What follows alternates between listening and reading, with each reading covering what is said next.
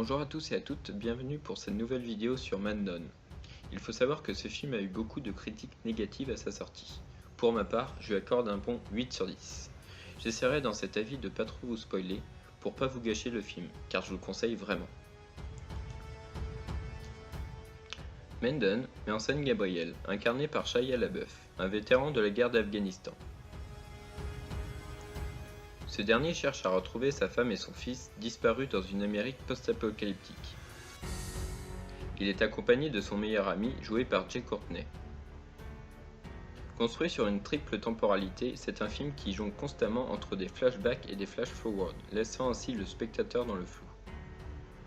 Cela permet ainsi d'amener le twist final, c'est-à-dire un retournement final qui permet au spectateur de voir l'ensemble de l'histoire d'un angle différent. Car il ne faut pas oublier quand même qu'ici le véritable sujet du film c'est le syndrome post-traumatique.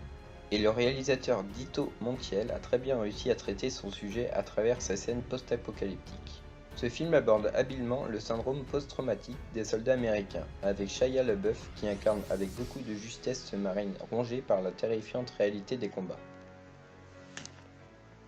Je salue d'ailleurs sa magnifique performance. Pour moi, c'est l'un de ses meilleurs rôles. On a l'impression de ressentir tout ce qu'il a vécu dans ses yeux, ses émotions et ses expressions de visage. On a l'impression qu'il vit son rôle, et ça en fait une des très grandes forces du film. Une autre force du film est le titre, qui représente l'essence même du film. D'une part, c'est un nom de code entre un père et son fils pour dire je t'aime. Ça représente aussi le personnage Gabriel qui est finalement brisé et torturé. Ça fait aussi référence aux soldats touchés sur le champ de bataille. Ce titre de film, Mannon, englobe tous les sujets du film et prend tout son sens à la fin.